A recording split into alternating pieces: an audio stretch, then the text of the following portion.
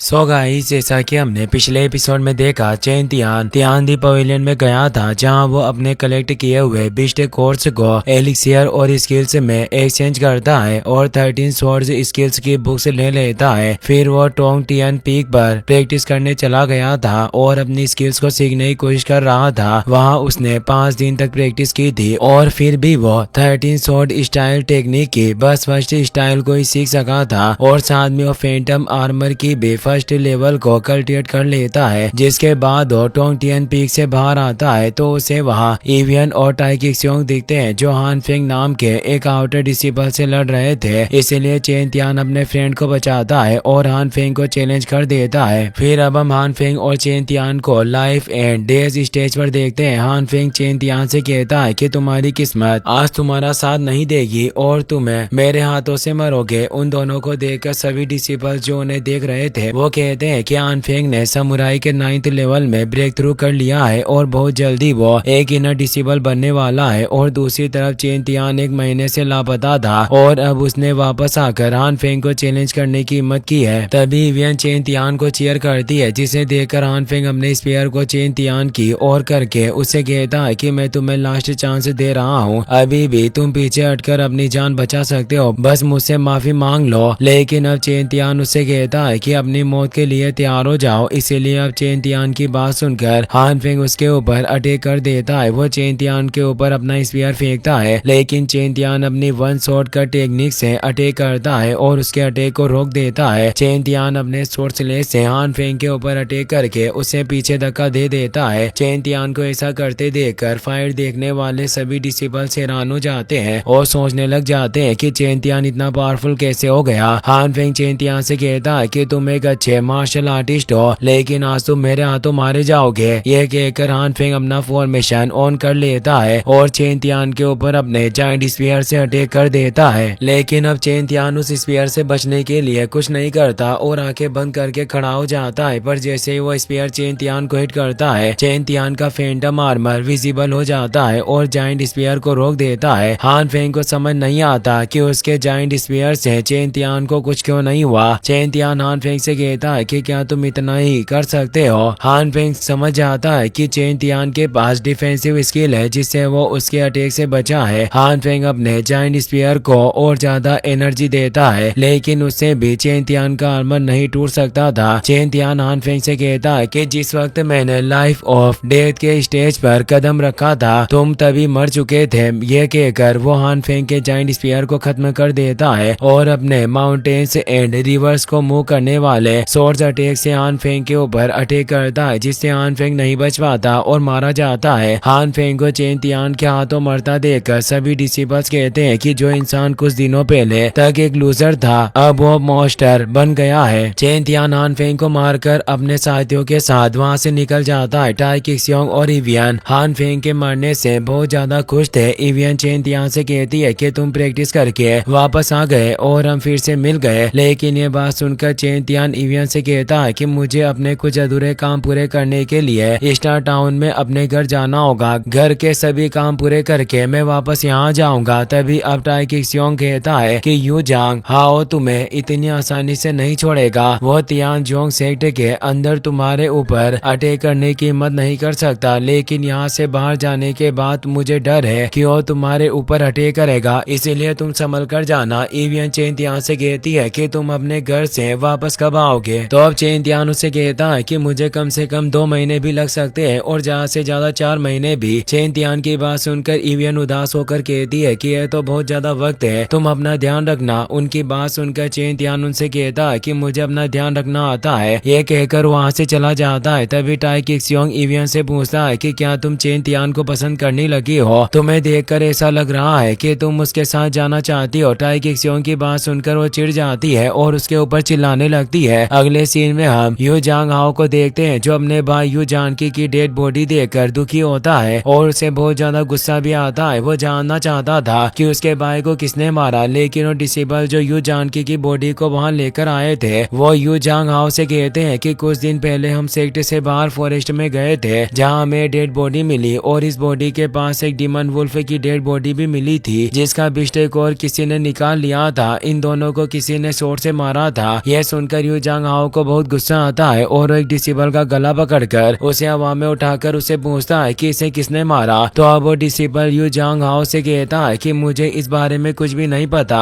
इसीलिए अब यू जांग हाओ उन दोनों से कहता है कि पता करो कुछ दिन पहले डीमन बीस्ट वुल्फ का बीस्ट कोर किसने एक्सचेंज किया था। मैं उस इंसान के 1000 टुकड़े करूंगा। इसके बाद हमें स्टार टाउन के एक रेस्टोरेंट का सीन दिखाया जाता है जहाँ पर 4 लड़के बैठकर बातें कर रहे थे। उनमें से एक लड़का जिसका नाम वेन मैनान था वो कहता है कि मैंने सुना है कि मिस चेन जुए ने लुओ किक्सिया मेन में अपनी मार्शल स्पिरिट को एक्टिवेट कर लिया है और मार्शल आर्टिस्ट की लेवल पर आ गई है, क्या ये सच है? तो अब चेन यान उसे कहता है कि तुमने सही सुना है, तुम बस एनुअल फैमिली मीटिंग का इंतजार करो, इस बार का विनर मेरी फैमिली से ही होगा। तभी वहाँ पर गु फैमिली का जूनियर सभी से कहता है कि मेरा भाई गु फेंग 1 साल पहले तीसरी लेवल का मार्शल आर्टिस्ट बन गया है। मेरे ब्रदर और सिस्टर दोनों ही अच्छे से प्रैक्टिस नहीं करते। तभी वहाँ बैठा क्यू फैमिली का यंग मास्टर सिटी में होने वाले कंपटीशन की बात करता है। वो सभी से कहता है कि क्या तुम्हें पता है कि इस बार कंपटीशन में जीतने वाले को क्या मिलेगा? यह सुनकर सभी उससे कहते हैं कि हमें नहीं पता। इसीलिए वो सभी को बताता है कि इस बार कंपटीशन में फर्स्ट प्राइज युआंग यान लिंगुओ है। उसकी बात सुनकर सभी लोग चौंक कर खड़े हो जाते हैं और उनमें से एक कहता है कि क्या ये वही फ्रूट है जिसकी मदद से कोई भी मार्शल आर्ट्स की लोअर लेवल से सीधा मार्शल आर्ट्स मास्टर बन सकता है। सिटी लॉर्ड ने इस बार बहुत बड़ा इनाम रखा है। ये कहकर वो सभी फिर से बैठ जाते हैं। तभी वही लड़का चेन यान से कहता है कि मैंने सुना है कि तुम्हारी फैमिली का यंग मास्टर मर चुका है, क्या ये सच है? तो अब चेन यान उन सभी से कहता है कि क्या फर्क पड़ता है कि वो जिंदा है या मर गया? अगर वो जिंदा भी होता तो फैमिली कंपटीशन में कुछ नहीं कर पाता। चेन तियान उस रेस्टोरेंट के बाहर से निकल रहा था और वो चेन तियान की बात सुनकर रुक जाता है। वो चेन यान से कहता है कि तुम्हें कैसे पता कि मैं फैमिली कंपटीशन में कुछ नहीं कर पाता? चेन तियान की आवाज सुनकर चेन यान रेस्टोरेंट से बाहर झांकता है और चेन तियान को जिंदा देखकर हैरान हो जाता है। वो चेन तियान से कहता है कि तुम जिंदा कैसे बच गए? तो अब चेन तियान उसे कहता है कि क्या तुम्हें इस बात की खुशी नहीं है? तभी अब चेन तियान से कहता है कि घर जाओ और अपने आप के साथ मुझे भी शर्मिंदा मत करो। ये सुनकर चेन तियान जंप करता है और रेस्टोरेंट में आकर चेन यान को रेस्टोरेंट से नीचे फेंक देता है। वो नीचे आकर चेन यान से कहता है कि अगली बार जब भी तुम मुझसे मिलोगे तो मुझे यंग मास्टर कहना। अगर फिर से तुमने मुझसे इस तरह बात की और इज्जत नहीं दी तो मुझसे बुरा कोई नहीं होगा। तभी अब चेन यान का फ्रेंड वहाँ आकर चेन तियान से कहता है कि तुम ऐसा कैसे कर सकते हो? मैं तुम्हारे डेट से तुम्हारी शिकायत करूंगा। लेकिन अब उसकी बात सुनकर चेन तियान उसके पास जाता है और उसे एक थप्पड़ मारकर नीचे गिरा देता है और उसे किक मारकर चेन यान के पास फेंक देता है। जिसके बाद वो चेन यान के बाकी साथियों से कहता है कि क्या किसी और को कुछ कहना है? तो अब वो दोनों चेन तियान से डर गए थे, इसीलिए वो चेन तियान को झुककर रेस्पेक्ट देते हैं और चेन तियान वहाँ से चला जाता है। लेकिन जाते हुए वो सभी से कहता है कि याद रखना मैं चेन फैमिली का यंग मास्टर हूँ और अगर तुमको इसमें कोई शक है तो कभी भी अपना शक दूर करने के लिए आ सकते हो। इसी के साथ ये एपिसोड यहीं पर खत्म हो जाता है। गाइस, अगर आपको वीडियो पसंद आया हो तो इस वीडियो को लाइक करने के साथ साथ चैनल को सब्सक्राइब जरूर कर लेना। मिलते हैं नेक्स्ट वीडियो में।